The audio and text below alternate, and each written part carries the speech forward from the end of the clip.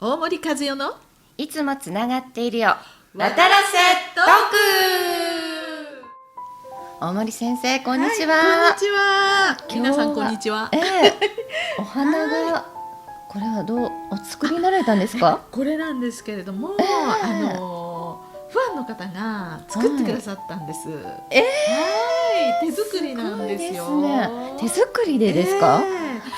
コサージュにもなるからってコサージュって言ってくださったんですけれども、ちょっとこう春らしくって今日は本当ですね。頭に今日は髪の方につけさせていただきました。素敵です。ありがとうございます。本当もう春ですよね。本当ですね。先生も白色になられて白い感じになられました。ピンクでね。はい。お花の色で、はい。本当ですね。順番硬さも取れてきたので、はい。はい。いよいよ明日が博多の書店サイン会。はい。そして明後日が講演会になってますね。はい。福岡博多でのスペシャルセミナーですね。はい。今度、はい、4月の15日スペシャルセミナーでまたお待ちしております。そうですね。紀ノ国屋書店福岡本店で行われます。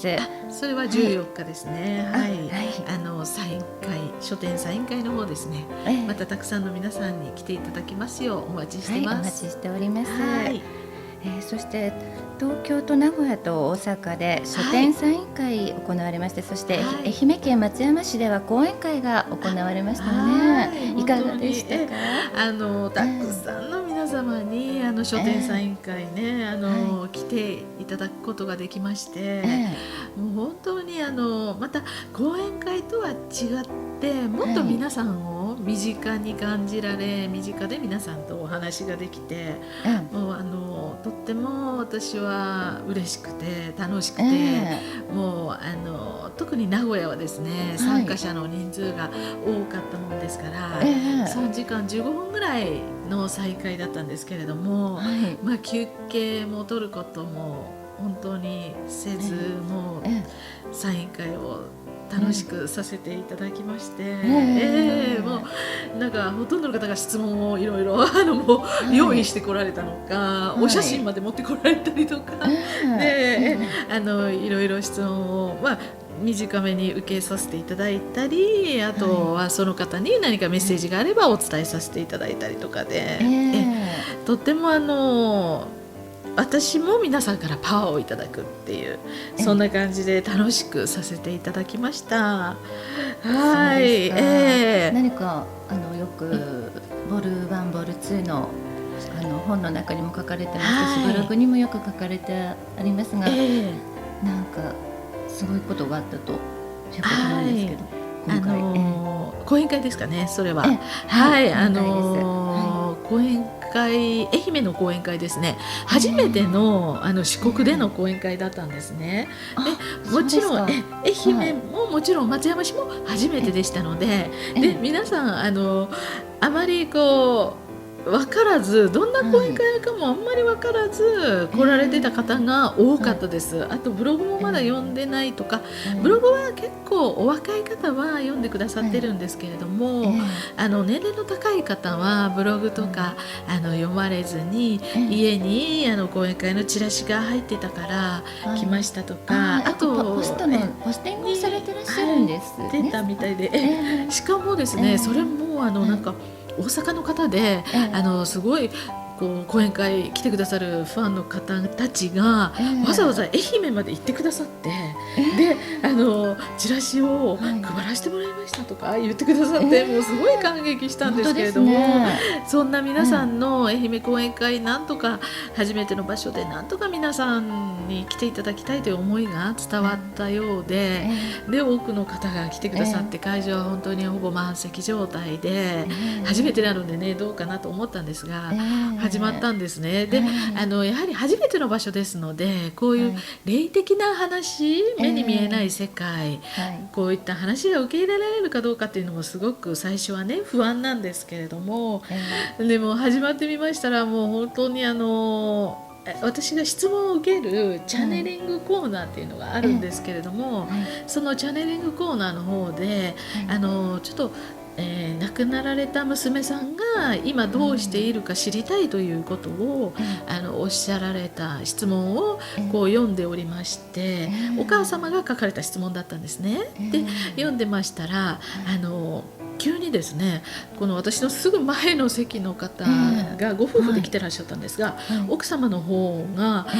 どこどことかって言い出されまして、それまで普通にシャンとしてお話聞いておられたのが、急にどこどことかっておっしゃられて、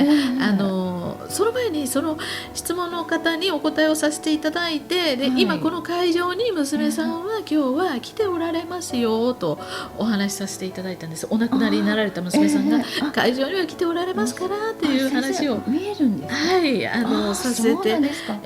いただいてたら、そしたらどこどこと急にこちらに娘さんがですね、その方の体を使って訴えてこられたんですね。で初めてのとこなのであんまりそういうことは避けたいなと思ってたんですが、もう出てこられてしまいましたので、これはお母様お見えですかって言いましたら、お母様も立ち上がってはいって来てくださいましたので、で娘さんがもうお母さんって言って抱きついたんですね。でお母様の質問にも娘を抱きしめてあげたいと書いてあったんですね。そしたらそのお母様の念願がそこで叶って、肉体は違うんですけれども、違う方なんですけど、そこに明らかに娘さんが重なっておられまして、でお母さんは娘さんを抱きしめることができたという、もう本当に涙の親子の母と娘の対面でして、もう見てらっしゃった皆さんももう本当に泣いてらっしゃったりとか、そうですよね。やはり見てわかるんですね。皆さんそれが何かやらせとかそういうものではないということが見ててやはり分かりますので、そうですね。それで一番びっくりされたのは、その女性の体を使われたんですが、その女性のご主人なんですね。ご主人がもう、はあっても開いた口が塞がらないみたいな、うちの奥さん、何やってんのみたいな風になってしまわれまして、でその後からサイン会に、来て、講演会後のサイン会に来てくださって、それでご主人と奥様が来てくださってお話をしてくださったんですが、ご主人は全くそういう目に見えない世界とかには否定的な考えをお持ちの方だったそうで、で講演会の内容もあまり受け入れていただいてなかったようなんですね。それが奥様にその自殺された娘さんが入られて話をされた、それを見られてもうこれは信じざるを得ませんとそのご主人がおっしゃられまして、で今日はここへ連れてこられたんだと、神様によって連れてこられたんだと思うとご主人がおっしゃられまして、すごくそれ以降は受け入れてくださって、また広島の講演会も行きますっておっしゃってくださいましたので、やはりそれでも奥様の場合はその娘さんが離れられたらもうさっと普通に戻られて、もう普通の奥様ですので、よく講演会出られてそういうふうに体を使われたり、講演会場はいろんなご霊さんが多いですと私書いてますので、霊に取りつかれるんじゃないかとかそういう心配をされる方が時々いらっしゃるんですけど、それは全く心配ありませんので、講演会場は本当に高次元の存在、神様がたくさんいらっしゃって、意味があって、その時もその女性を使われた、その女性とそのご主人のことも神様は心配をしてらっしゃったので、そのことで使うことでお二人がまたこれから幸せになっていけるという意味で、使っていただいただけでして、そういう講演会に出たからっていうことは絶対にないですので、ご安心ください。そこは本当に娘さんにそこで会えたということなんですね。そうなんです。さらにびっくりしましたのは、またその方の後ろの席にいらっしゃった女性にですね、その次に質問でですね、チャネリングの質問で、豊臣秀吉さんはおちゃちゃさんという方、ちゃちゃとの間に本当にできた、秀頼は間に本当にできた子でしょうかっていう確か質問だったんですね。でそれに対して神様からお伺いしてお答えしてたんですね。それでその質問は終わりまして、で次の質問に行こうかなと思ったところで、その先ほどの後ろの女性が呼んどいてなんじゃとか急におっしゃられまして、で急に立ち上がられたので、でどなたですかとお伺いしましたら、豊臣秀吉だっておっしゃられたんですね。で確かに見る普通の女性だったのが急に武将になっていらっしゃいまして、で本人もわからないですよね、なぜか。で呼んどいてなんじゃとおっしゃられたのででもせっかくですから秀吉さんにね、なんか直接質問がありましたらどうぞって言いましたら、一番前こっちにいらっしゃった方が手を挙げて秀吉さんに対して質問をしてらっしゃいました。でそれに対してお答えしてらっしゃいましたので、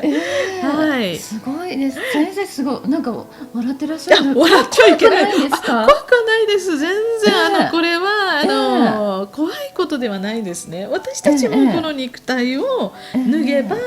同じように肉体がなくなり幽体と霊体になり、同じ存在なんですね。ですから豊臣秀吉さんもお亡くなりになられて、今は肉体がないだけで、そこには幽体霊体の豊臣秀吉さんがお見えになられるだけであって、同じ人間なんですね。そんななんか怪物だったり化け物だったりっていうことではないですので、それにちゃんと講演会場に入ることが許されるこの魂五霊さんっていうのは、やはりそういうマナールールがきちんとできるであろうという方しか集められませんので、ですから人に取り付いてってことは一切ないですって先ほど言い切っちゃったんですけど、取り付いて災いを起こすとか、そういう五霊さんが来ることはありませんので、全く怖いことではないですね。岐阜の講演会で織田信長さんが出てこられたことがあったんですね。でこれも意味あってこれはお許しがないと世からこう出てくることはできませんので、まだ生まれ変わってはおられないんですね、織田信長さんは。はい、それで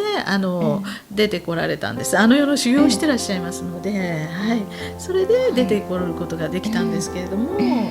その時も信長さんに対して質問されたりとか、こういうことを信じてくださらない方が聞かれるとちょっと頭おかしいんじゃないかとか思われてしまうんですけど、これは実際にあることで、何も不思議なことではなく、今私は普段個人的に霊査とかカウンセリングとかさせていただいてるんですけど、その時もやはりそれはご身内の方ですね。亡くなられた父が、亡くなられた母がやっぱり祖父祖母がとか、今どこにいる、どうしてる、何かメッセージを聞きたい、そういう場合は私が聞いてお伝えするのもいいんですけれども、そこの場に亡くなられたお父様を実際にお呼びして、お許しをいただきお呼びして、そのお父様からのお言葉を伝えさせていただくと、そういうことをさせていただいてますので、それと何ら変わりのないことなんですね。皆さんも知ってらっしゃる有名な方だということだけの違いであって、はい、日常的にさせていただいていることが、講演会で起こってしまったという。でもそれでも初めてだったんですけど、松山の方は受け入れてくださり、そこからもう逆に食い入るように話を聞いてくださいましたので、もうでやはり感想が何か分からず来たけどすごい講演会だったっていうご感想が多くて、またぜひ松山来てくださいって言われましたので、また伺いたいなって思ってます。先生、またお時間になってしまいました。はい、もうですね、あっという間に、本当ですね。はい、今週もどうもありがとうございました。また来週も。また来週お会いしましょう。はい、See you next week. Bye.